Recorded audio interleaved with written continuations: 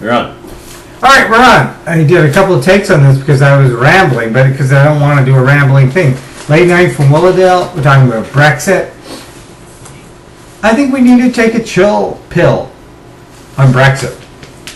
Look at the headlines. The Financial Times. Huge scream. Well, obviously, the Financial Times of Britain is going to have this huge headline. New York Times, Wall Street Journal. What I'm saying is the world is like freaking out. And I'm thinking, why? The United Kingdom decided to leave the European Union. They made a democratic choice to leave.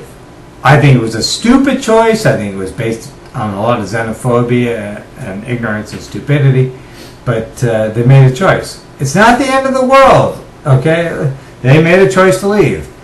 Yes, the European Union is under threat. The European Union is facing a lot of pressure from, massive migrants and immigration coming from the Middle East, from North Africa. But the European Union will survive. Britain was always a disgruntled partner in the exercise. They never really signed on. They were never really happy about it. The Brits always saw themselves somewhat apart from Europe, from the continental Europe. So they were never happy. They never signed on to the Eurozone. They didn't sign on to the Schengen zone. Still need a passport to get into Britain. A lot of Brits did not like the fact they built a tunnel under the English Channel linking London and Paris. So they were a reluctant partner and they finally decided to leave. So, big deal. Yes, turmoil in the market somewhat. Turmoil, short-term turmoil in the economies of Europe and, somewhat North America and others in Asia, but big deal. It's take a chill pill, everyone. It's not the end of the world that Britain decided to leave the European Union. The European Union will probably survive. Yes, there are clamors in France and the Netherlands for Holland to leave, for France to leave, but it's not going to happen. The European Union is pretty solid despite all its problems, and it has lots of problems. But the by and large, people should be looking at successes of the European Union. 2 world wars in Europe in the 20th century, killing untold millions and millions of people. They decided through the Treaty of Rome to come together after the Second World War and form an economic union, and that was a great thing. And then the Maastricht Treaty in the early 90s brought in the Eurozone.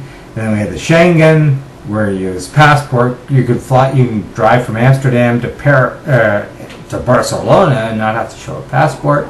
These are all good things. This is about bringing Europe together after all the turmoil of the first half of the 20th century. So it's a good thing, and the European Union still survives. So I think the Brexit thing it's sad for Britain, no question.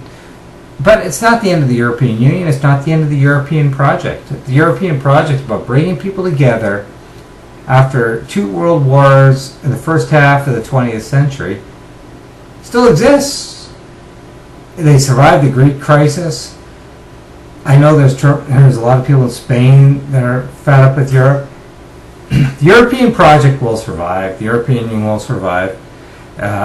Despite right-wing elements in places like the Netherlands and France, the European project will survive.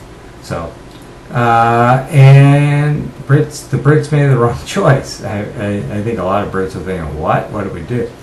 But whatever. They're a reluctant partner. They're never part of the Eurozone. So, big deal. The world will survive, and on Monday this will become almost a non-story. So, oh my God, I can't believe how much play this is getting in the world media. It's serious in the sense of xenophobia, the rise of nationalism, and ignorance, which is playing out in the U.S. election campaign with Donald Trump, the rise of Donald Trump, and it's playing out in certain parts of Europe as well, and it certainly played out in this referendum on the European Union in Britain. But these are minor, these are irritants almost. They will pass. So, yeah, Europe will survive, and our relationships with Canada and the US's relationships with Britain and the European Union will survive. So, yeah, let's get over this. Like, this is a bit over the top. So, it is serious, though, in a sense that people are questioning the European project, but I think the European project will survive. The question is, what Brits do. Now, Scotland is part of the United Kingdom, but they want to be part of the European Union. And I never supported Scottish independence, just like I don't support Quebec being an independent nation in Canada. But Canada's a forward-looking place. If Britain wants to go inward, I can see why Scots would basically want to go be part of the European Union and be their own country. I never supported it before, but if Scots want independence now, I could see it, because they want to be part of the European Union. They want to be part of a multinational organization. So I do, I generally support multinational federations, but if the Scots want to pursue their own course now, I could see why. And if they want closer ties to Europe, makes sense.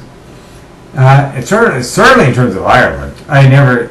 It's time for Northern Ireland and the South to reunite as one country. That's no question. I think that will happen. So, if there are some positives about this, if Ireland can be reunited, that'd be a great positive of this vote. Britain will be a smaller place. It'll be Wales and England. But that's what it is. That's what it is. That's what they voted for. Scots want to be part of Europe. The Irish want to be part of Europe. And if Brits want to be part of their own sort of inward-looking place, well, that's their deal. It doesn't mean they can't have trade relationships. If Wales and England want to have trade relationships with other places, but they'll be a smaller power. It's not the desired outcome, but it is what it is. So it's just like what's going on in the Middle East, right? Iraq and Syria are finished as countries. I mean, the Kurds will get their own place eventually, and who knows what's going on there. Things change. And that's not saying that I do believe in multi-ethnic, multinational federations. I hope Quebec always remains part of Canada as a binational federation. So, but things change, and Canada's an outward-looking place, and now the Brits decide to be an inward-looking place. So, doesn't mean that it's the end of the world. Okay? The world is not going to end. And on Monday or Tuesday, everything will stabilize in terms of markets and all this. So we'll see what happens. But I'm a big fan of multinational, multi-ethnic federations.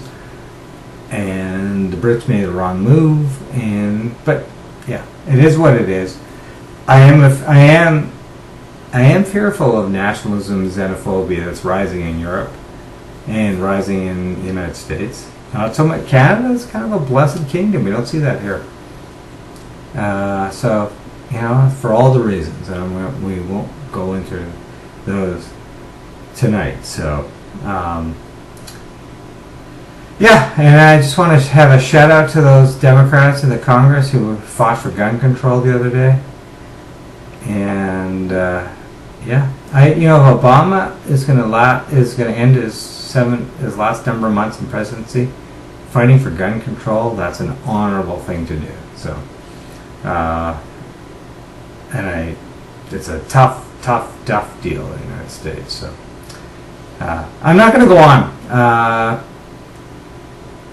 All I'm saying at the end of this video is Brexit is unfortunate. It's not the end of the world. I think many Brits made the wrong decision. I think some of them regret it now.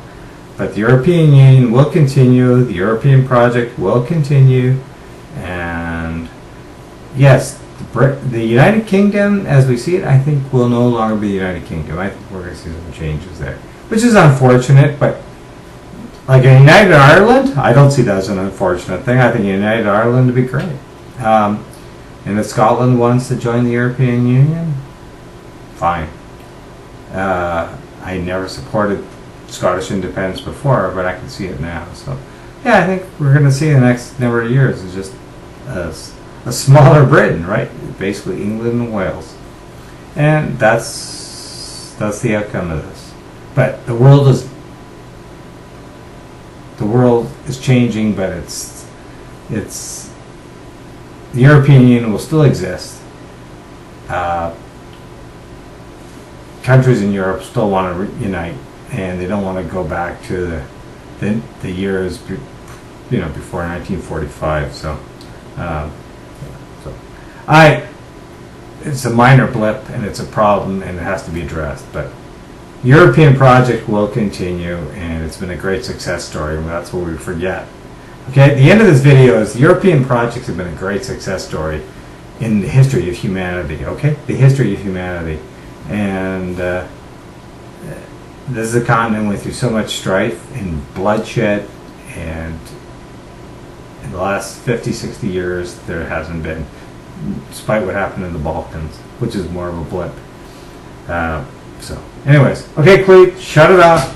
Look, we're done? Yep. Okay, I'm trying to think of something clever to say. You want to say? No, say something clever. I'll say... but yeah, we were looking at Mars tonight, and it looks an orangey glow in the sky, and I thought, yeah, the universe is a big place. And Brexit, what do the people on Mars think about Brexit? Well, I would think that they'd say that England has ruled the world for the past 60 years, and why would they haven't really ruled the world they've ruled the world for many years, but not the last 60 years. Well, since Columbus, I guess, but otherwise I'd say, I don't think the people on Mars and the rest of the universe would care much about Brexit. Probably not. So, look at Mars tonight. It's an orangey little glow in the sky, and you think, okay, yeah. What would the people on Mars think about Brexit? Oh my God, it's a ghost. It's a scary ghost. Yes. All right, on that note. Okay, bye. Bye.